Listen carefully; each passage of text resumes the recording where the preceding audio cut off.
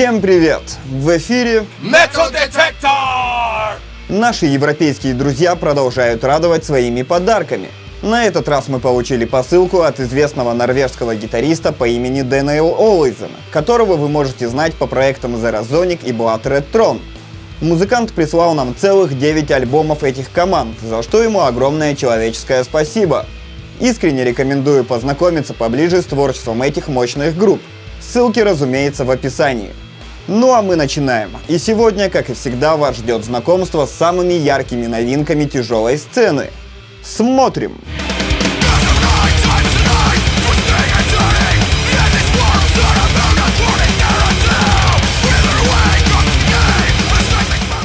И сегодняшний обзор открывает относительно молодая команда, представляющая Великобританию.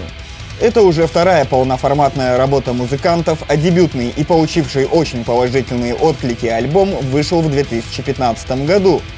Парни рубят качественный и довольно незаурядный грув-металл с ярко выраженной прогрессив-составляющей.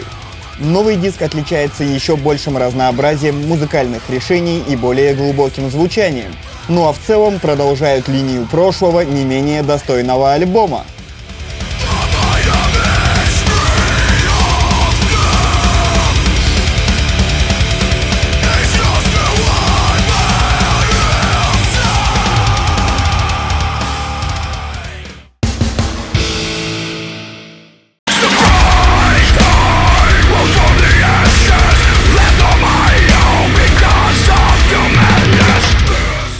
Дебютным полноформатным диском порадовал новый зачетный проект, основанный Уэйлоном Ривисом, бывшим вокалистом легендарной американской нью-метал группы Mushroom Head. Новая команда музыканта исполняет, что неудивительно, смесь нью и индастриал метал. Хотя при глубоком анализе в музыке группы можно найти множество отголосков и других жанров. В целом же работа получилась грандиозной. Неожиданные смены настроения, массивные, плотные гитарные рифы, качающие ритмы и разноплановый вокал. К слову о вокале. В записи пластинки приняли участие два гостевых вокалиста. Это Кимберли Фриман из One Eyed Doll и Брайан Уэлч, он же Head, из группы Korn.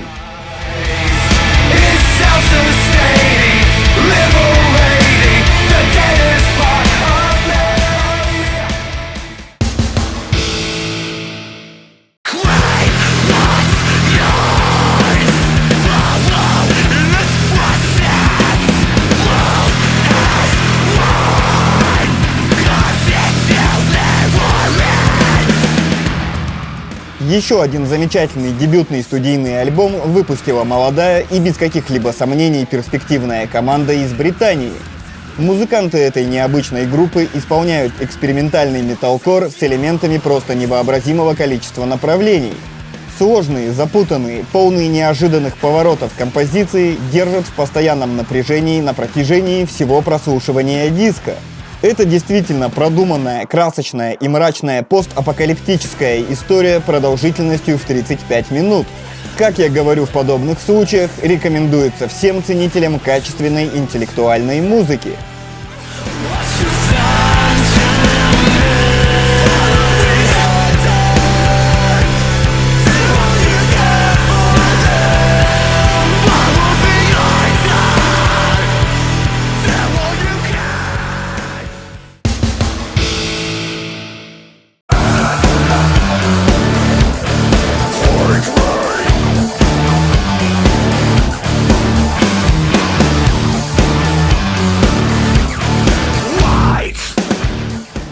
Еще один, не менее интеллектуальный дебютный альбом представил на суд публики молодой проект из Штатов.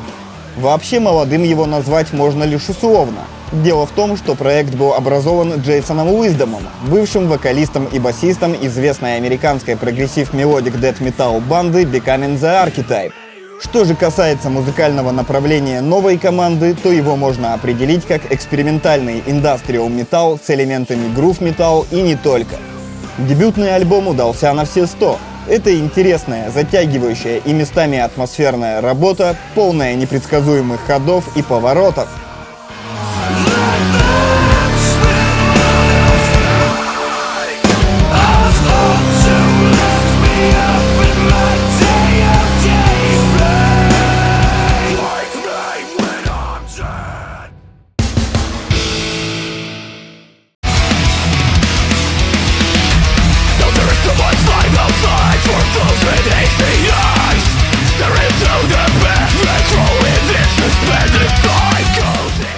Относительно молодая, но быстро набравшая популярность команда из Нидерландов порадовала выходом второго студийного альбома. Коллектив был основан в 2012 и в том же году выпустил дебютный мини-альбом, а спустя 2 года был издан дебютный полноформат. Участники этой бравой команды рубят мелодичный, добротный и, так сказать, крепкий металкор старой школы. Ну а новый диск получился грамотным, гармоничным и, без сомнения, достойным внимания ценителей жанра.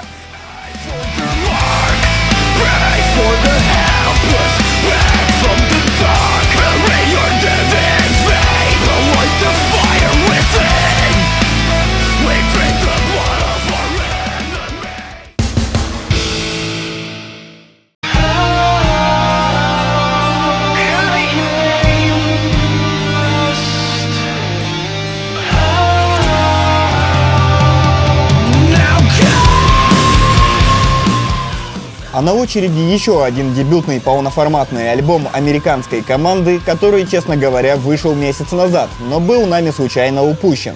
Итак, этот коллектив был образован еще в 2006, а дебютный альбом выпустил в 2010. Но до полновесной студийной работы дело по каким-то причинам дошло лишь сейчас. Тем не менее, новая работа музыкантов заслуживает всяческих похвал. Это добротная и неагрессивная альтернатива с отчетливо заметными отголосками прогрессив и рок. Альбом выделяется красочными и продуманными мелодиями, сильным и приятным вокалом и общей душевной атмосферой.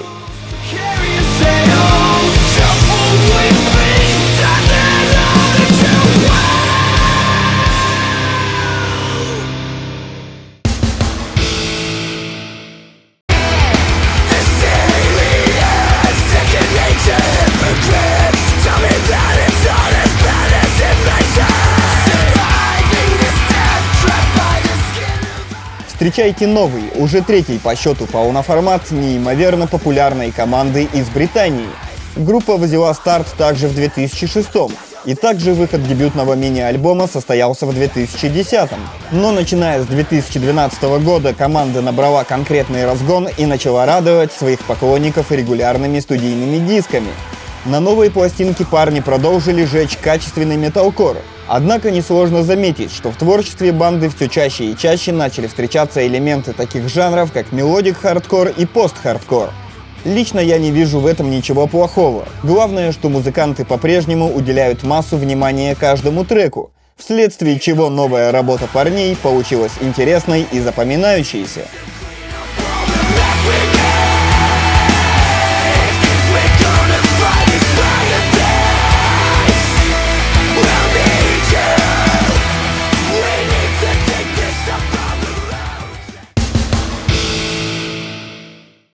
Мощная и суровая команда, представляющая Румынию, порадовала выходом второй полновесной пластинки. За свою историю коллектив, который, кстати, был основан все в том же 2006, помимо полноформатов, выпустил 2 мини-альбома. Ну а что касается музыкального направления банды, то его можно охарактеризовать как в меру мрачный Doom Death Metal с заметным налетом Black Metal. Красивые мелодии, неожиданные вставки, сильный вокал и хоровое пение – всем этим просто пронизана новая работа музыкантов.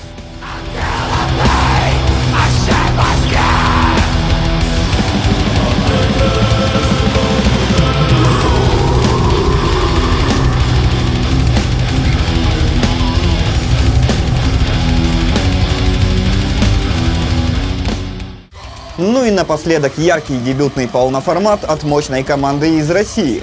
Коллектив был сколочен правильно в 2006 году, однако первые годы существования группы не были особо продуктивными. Все упиралось в извечные проблемы с составом и свободным временем. Однако за это время материала накопилось предостаточно, и музыканты, совершив глобальную рокировку в составе, взялись таки за запись альбома в конце 2015-го. И, как выяснилось, сделали это совсем не зря. Альбом получился действительно интересным, а главное самобытным. Участники банды не стали придерживаться каких-либо конкретных жанровых рамок, и в результате их направления можно определить как экспериментальный грув-металл с элементами олдскульного прога.